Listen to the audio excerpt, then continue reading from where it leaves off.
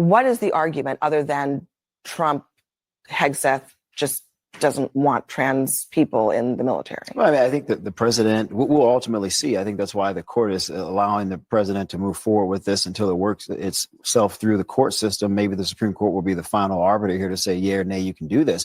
But ultimately, I think the court is showcasing deference to the executive, saying that, look, you're the president, you're over the military.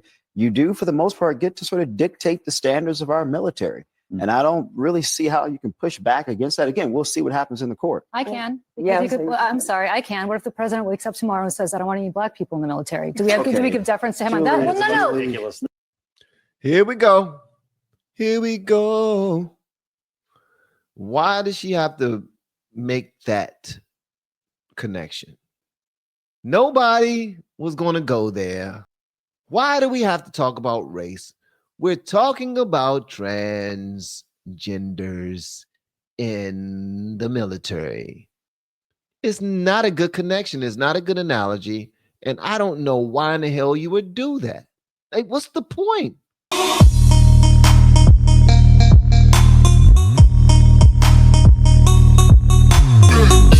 Allowing transgender troops to serve hurts lethality and it hurts readiness. What do you say to that? Well, there's no evidence of that. I think that, if that was the case, we've seen transgender people serving honorably for the last several years.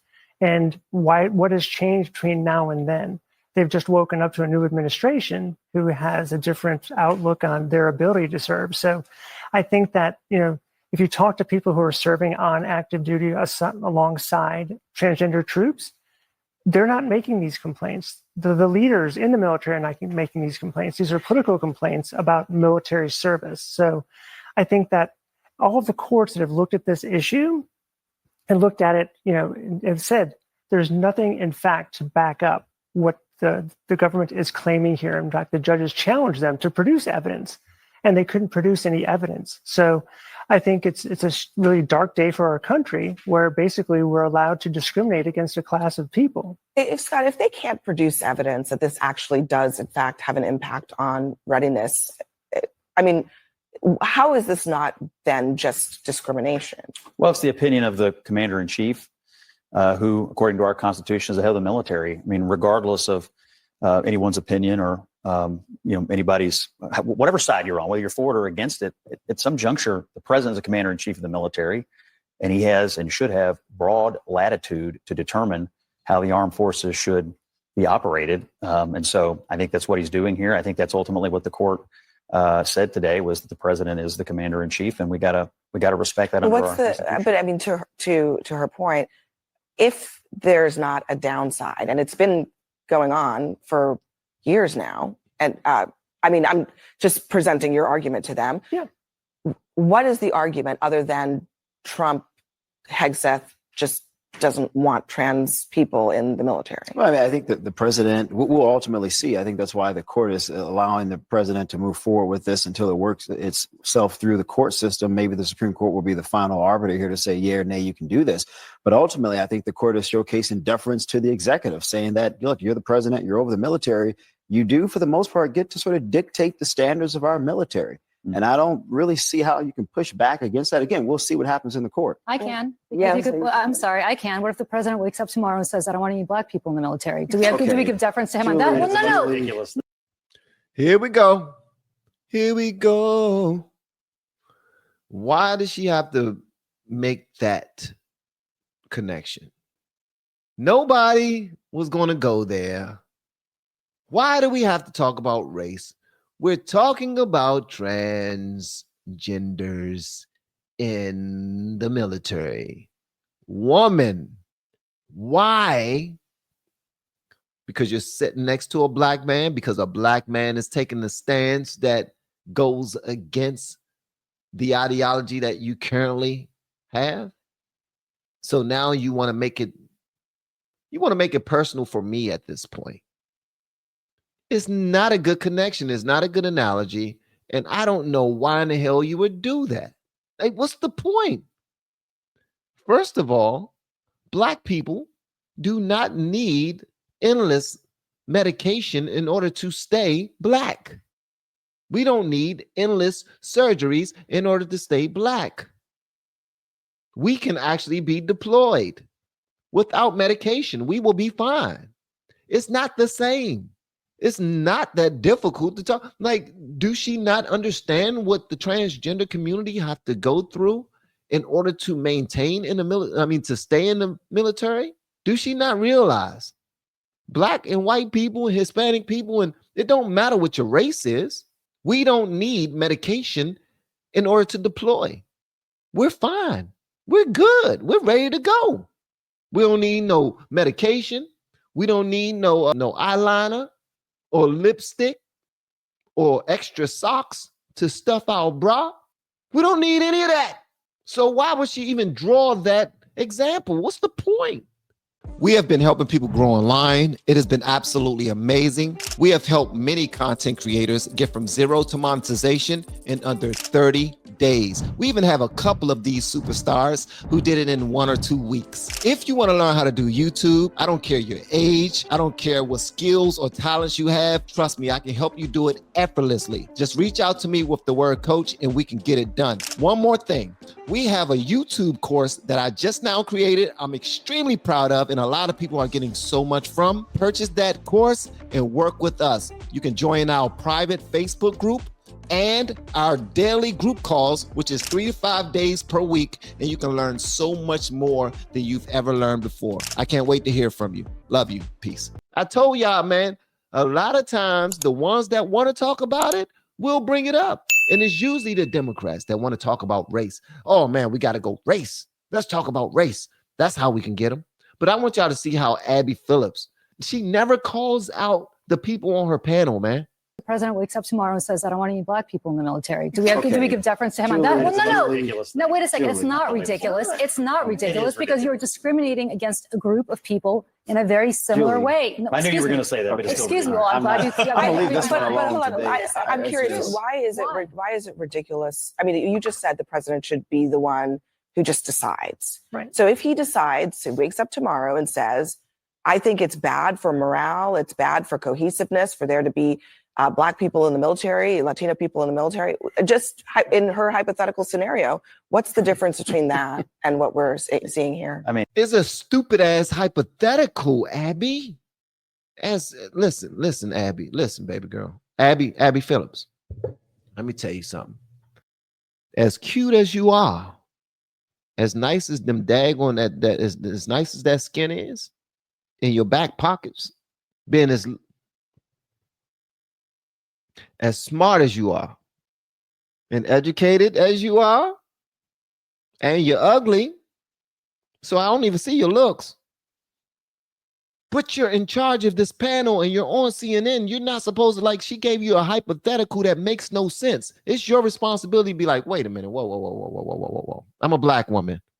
How are you comparing me being in the military versus someone who wasn't born trans, someone who decided that their new sex is going to be this, that, and the third? We're not the same. So that hypothetical is pointless. It's dumb as hell. It's stupid, bro. and are you really going to go down this ridiculous? I'm road? sorry. Is I'm she, I mean, I'm this is asking ridiculous. based- It is a ridiculous argument. Well, The okay. president, What they've already the said president about and me, secretary, let me just- the president and secretary of defense have an argument here. They believe that readiness and unit cohesion and overall operations of the military are impacted by this. That is their opinion. Readiness, unit cohesion is impacted. Readiness and unit cohesion is impacted. Readiness, meaning, can you deploy immediately without a whole bunch of medications? Can you do that? Are you going to continue to be special? Like, do we have to go out of our way to make sure that you are okay in order for you to go and fight for the military like you claim you want to do? Continue. And that is the opinion of the commander in chief, who the Constitution gives broad latitude to run the armed forces. So that's their opinion. You're allowed to have one. You're allowed to have one. You're also allowed to run for president and become commander in chief yourself. But until you do, he's the commander in chief. I have to just say, That's- I didn't you know. hear an answer to the Right. hypothetical, right? Prohibiting certain groups like transgender people from serving versus, people based on their race or even their gender. Look at Michael is trying his best not to be disrespectful to Abby on her show, man. I personally think there's a difference, and I'm just going to leave it at that. Well, I will say, Do you believe that race and are you saying that the quality of race and the quality of transgender are the same? I'm just asking the question because I think you're making there's a distinction. But No, the lady in the green jacket is making the distinction. He asked you a question. Can you answer it? You're trying to get other people to answer a question, but you can't answer it? She can't even answer the damn question. Yo, Abby, you're being unfair.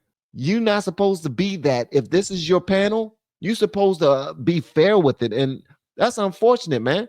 And you can see Michael and Scott Jennings are going out of their way to not be disrespectful. They're not trying to be over the top. They're not even commenting most times, bro. I don't get it. you're not explaining why. No, I'm asking you guys brought up the hypothetical. Are you arguing that someone's race is the same as someone choosing to become transgender? But your argument, you've made the argument twice that the commander-in-chief's opinion is all that matters. You've said that twice now. Well, so they still not answering the question. They are still not answering the question. Do you understand what just now happened? They introduced the hypothetical that they can't even answer the question to. This is your hypothetical. Okay, let's get back into it. This is nuts, man. You've said that twice now. Well, so the Constitution, yes. So if he wakes up tomorrow and says it's not okay to be gay or lesbian in CERB, because that's his opinion, there's nothing to back that up. They meet the physical standards. They meet the intellectual standards. They have voluntarily decided to serve their country, to give their life for this country. So many of us don't have to. That it's the opinion without any basis in fact that's what matters more than the Constitution of equal rights and equal protection. Go ahead. No, I was going to say the other thing, or there's a few things that bother me about this, and mostly it was the language of the policy, right? When reading at some of these words, transgender people as inherently untruthful, undisciplined, dishonorable. That's like a very weighty thing to say about people who are transgender people are untruthful. Okay. If you ask a transgender person, are you a man? And they say, no, I'm a woman. They are lying. That is the definition of untruth. What am I missing? Somebody tell me, what am I missing? This lady that's about to get on my damn nerves.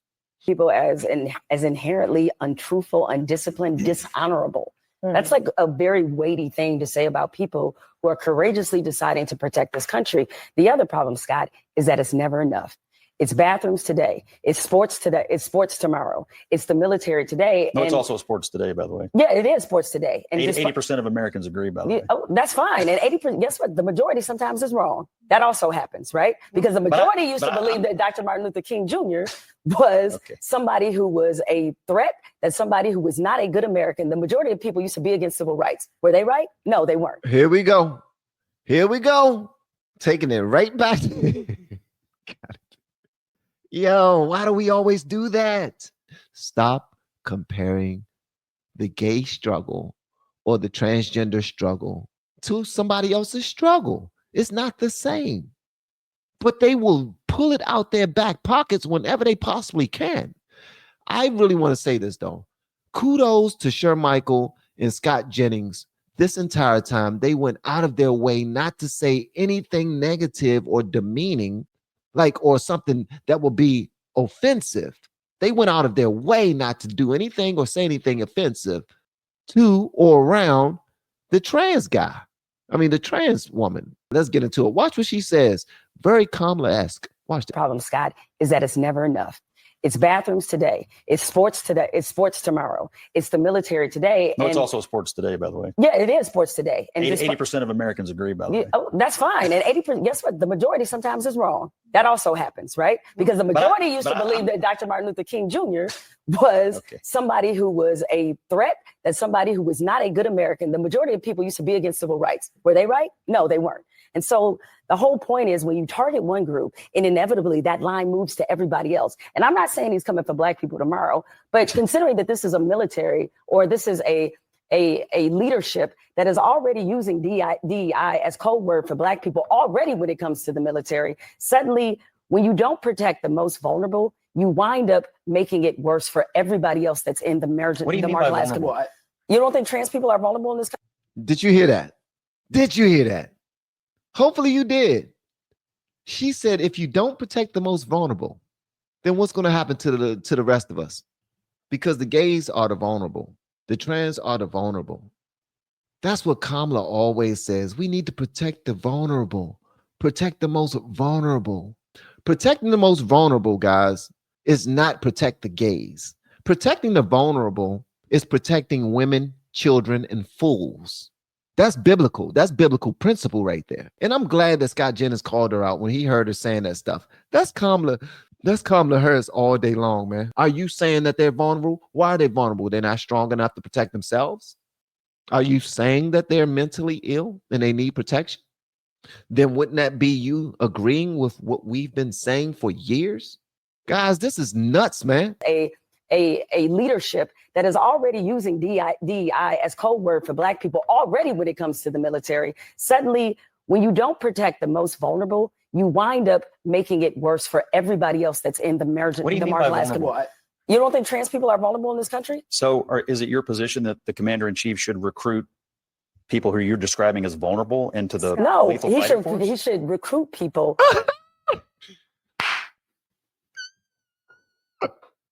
Yo, somebody give Scott Jennings an award, bro. Let me tell you something. Somebody give Scott Jennings an award. This dude is sharp. He just sit back and let her go ahead and dig the hole yourself. We need to protect the most vulnerable. He says, so are you saying that our president should enlist vulnerable people into our military? What can they do for us? How can they protect us? We're supposed to be protecting the most vulnerable. People in the military, they protect us. So are we protecting them or are they protecting us? Make up your mind. Make up your mind. That was checkmate. That was something called checkmate, guys. Her face got tight. She started to stutter. She was losing the argument. She knew that she put her foot in her mouth. She knew that her queen was gone. Checkmate is done. We need to protect the most vulnerable. Are you saying that the president need to enlist vulnerable people that need to be protected? Please protect me. But I want to fight for the military, but please protect me while I fight. I need to fight, but I'm protected. Please protect me. I'm vulnerable. Who wants somebody like that protecting us? I'm just saying. We want some vulnerable patriots to fight for us. That's what we want. We want people who are going to complain all day and need us to take care of them from the first day. That's what we want in our military. Heck no, we do not. Using DEI as code word for Black people already when it comes to the military. Suddenly, when you don't protect the most vulnerable, you wind up making it worse for everybody else that's in the marginalized community. You don't think trans people are vulnerable in this country? So is it your position that the commander-in-chief should recruit Watch this. people who you're describing as vulnerable into the lethal he fighting force? he should recruit people who want to serve and protect this country. And it's really kind of ironic considering he dodged the draft that he suddenly has an opinion about. There we go. Y'all see that, right?